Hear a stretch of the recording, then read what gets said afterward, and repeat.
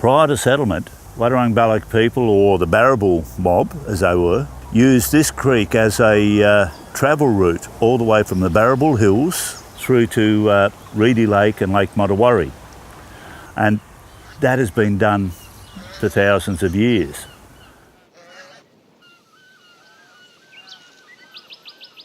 As a consequence, everywhere you go on this landscape, across either side of this creek, you'll find old campsites, old living sites, middens.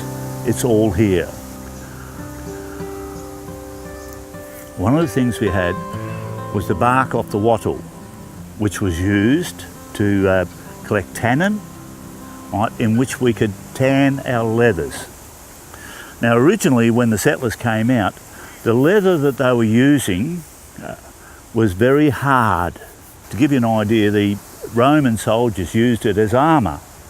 Right?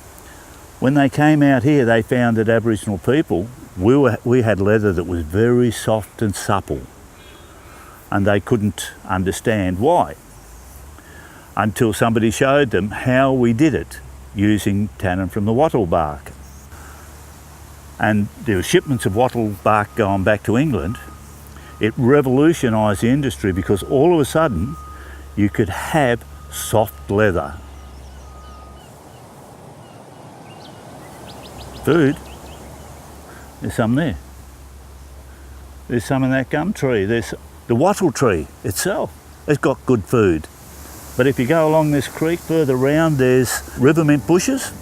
The leaves from the river mint bush were collected, were crushed, added to the resin, and you had mint chewing gum. So multiple uses. Every one of these trees here has a use. To me, I'm connected to this land. You can take me off the land, but you can't take the land out of me. So the stories of this country are important. If I can't tell them to the younger ones, they'll be gone. After settlement, we weren't allowed to speak the language, we weren't allowed to to sing the songs, we weren't allowed to do the dances, we weren't allowed to practice our traditional way of life. And yet the Native Title Act says to show that you have native title, you must prove you continue those cultures, which is problematic in itself. The law says we can't do it, the other law says you must do it. For me to prove native title, they really say we must continue those traditional practices. But if I run naked down the street waving spears at everyone, I'm going to get bloody arrested. This particular tree here is very significant to Wadawurrung people.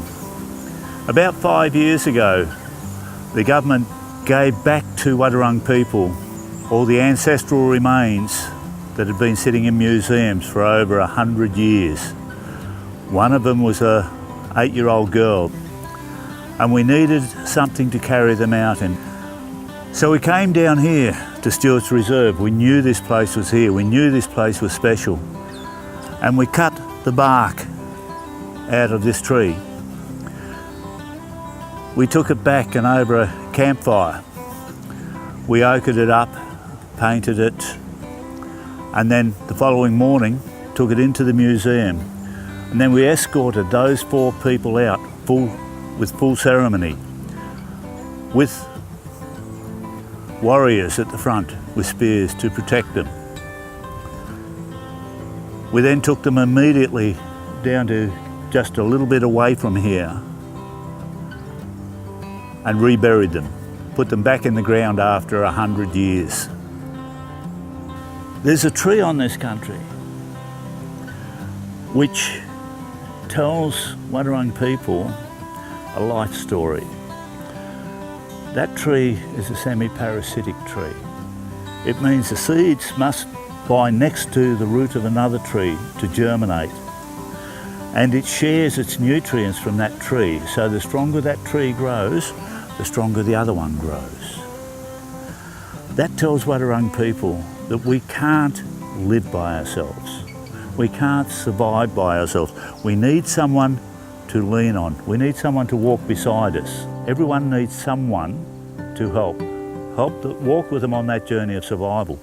That principle still applies.